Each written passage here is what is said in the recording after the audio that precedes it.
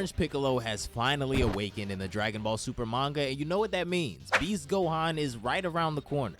In Dragon Ball Super Chapter 96, we creep that much closer to the climax of the superhero arc. The chapter begins with Goten and Trunks meeting back up at Capsule Corp. The situation has gotten dire with the Red Ribbon Army quickly, so they're no longer grounded.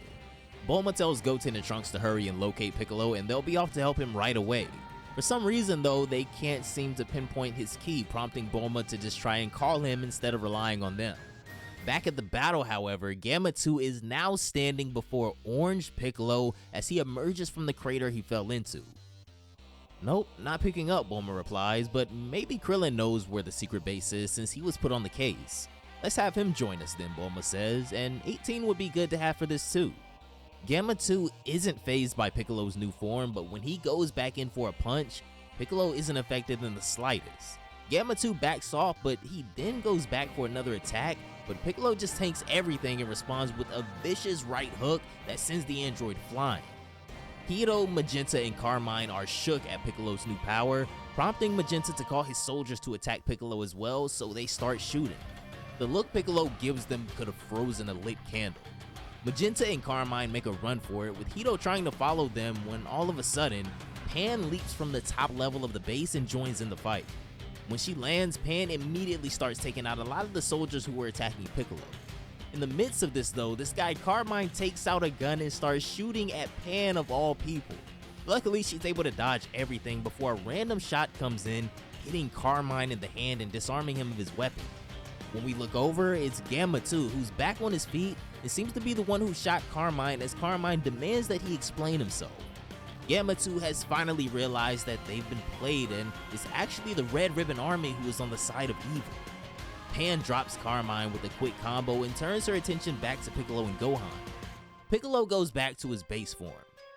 Good enough, Gohan, you can stop fighting now, Piccolo says as we see Gamma 1 and Gohan trying to tear each other apart still. Wait, what's going on? Gohan asks. Seems there was a misunderstanding on both sides, Piccolo explains. Down in the base though, Magenta is racing back to the control panel in order to complete his devious plan regardless of what Dr. Hedo says. Hedo is right behind him though as he demands to know what Magenta is planning on doing. When Magenta steers towards the pod containing Cell Max, it becomes all too clear to Hedo what his goal is here. Bingo, I'm waking up our pal Cell Max, Magenta says. Hedo replies that such a thing is absurdly foolish. The Gammas are still engaged in combat, he finishes. Magenta has gone off the deep end though as he calls Hedo the fool and blames this entire situation on him before pulling his gun out. The Gammas are just confused, Hedo pleads. They're having trouble seeing our enemies are wicked. Yeah, only cause you had to go and fill their heads with that heroism crap, Magenta responds.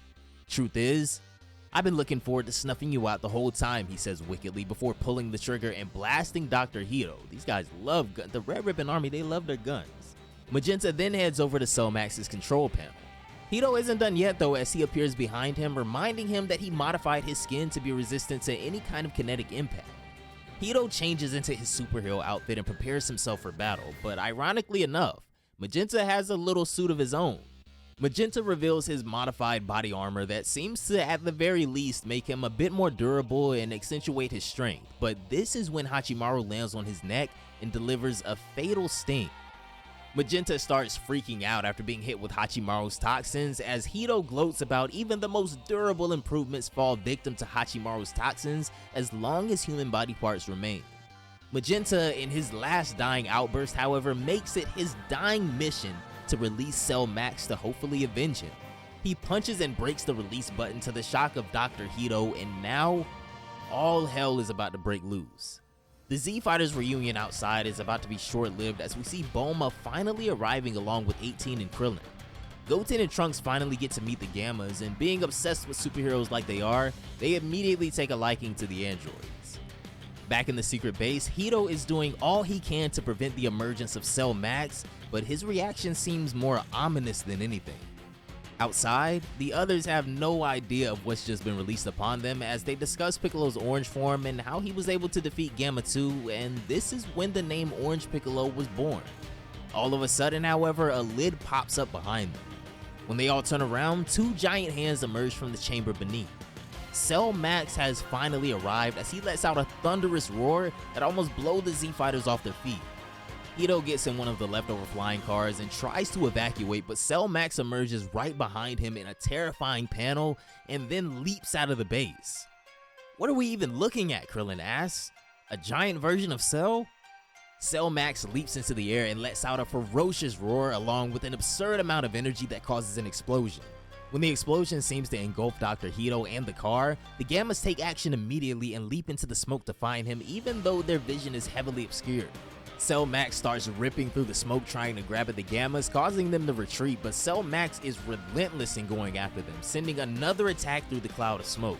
The Gammas are ready to go all out as they counterattack Cell Max together, buzzing all around him, but even their best attacks seem useless against their giant opponent. The others catch wind of the Gammas fighting, and this is when the Z-Fighters join to back them up.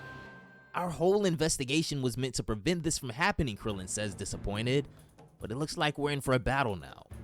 Piccolo tosses Gohan a sensu bean, but him not having his glasses, he isn't too coordinated right now, and this results in him fumbling and dropping the sensu bean. Goten and Trunks assure Piccolo and Gohan that they can take a break now that they're here since they just got done fighting. Goten and Trunks spring into action, activating their watches and transforming into their superhero outfits. Gohan looks on hilariously as Goten and Trunks emulate exactly how he used to be at that age, and while everyone else may think that they're not taking this fight seriously, Pan is cheering them on and loving every moment of seeing the superheroes. Next chapter, it looks like Orange Piccolo is gonna be back again, and maybe if we're lucky, Beast Gohan will finally make his appearance in the Dragon Ball Super manga. But that is going to do it for this video, guys. I hope you all enjoyed this month's chapter of Dragon Ball Super. Don't forget to like the video and subscribe if you haven't already as well. I understand a lot of people probably don't like recapping the entire movie throughout the manga over the past like 6-7 months, but it is kind of important for the story to do this. And the next arc should be right around the corner. I would think we have, what, 2, maybe 3 more chapters tops left in this arc. And hopefully there won't be another 3-month hiatus before the new arc as well. But anyways, let me know down below in the comments what you guys thought of this chapter. Are you guys excited for Beast Gohan, who I would assume would appear at the end of the next chapter if I had to guess? So we are getting pretty close to the climax of the superhero arc, and I know with characters like Broly, Frieza, Hit, Jiren, me along with everybody else can't wait to see what's in store for Dragon Ball Super in the future. But I hope you all enjoyed the video. Don't forget to leave a like and subscribe if you haven't already, and consider becoming a member as well by clicking that join button down below. It should be right next to the subscribe button. But anyways, have a great day, and I will see you all in the next one.